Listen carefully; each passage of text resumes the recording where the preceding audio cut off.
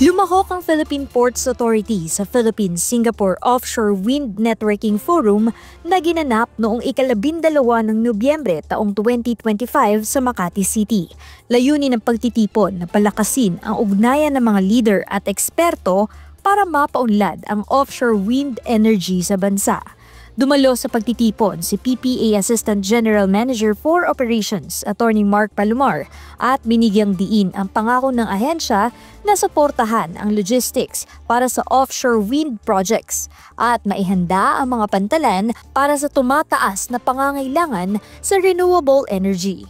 Kabilang sa hakbang ng PPA para sa pangangalaga sa kalikasan ang pagpapatupad ng shore-based power supply na gaya sa Port of Cagayan de Oro, kung saan nakakakonekta sa kuryente ang mga barko habang nakadock ito sa pantalan na nakababawas sa fuel consumption at emissions.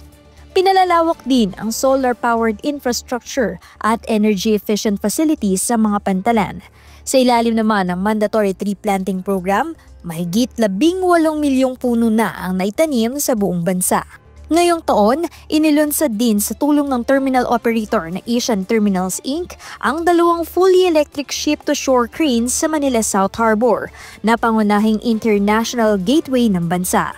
Bahagi ito ng 5.7 billion pesos na expansion project na layuning mapataas ang efficiency at mabawasan ang port emissions.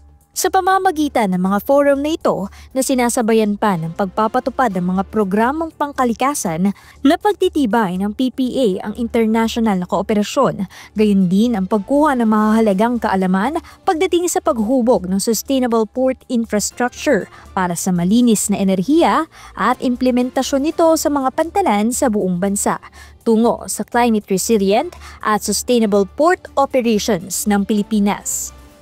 Jel Manalo para sa PPA TV.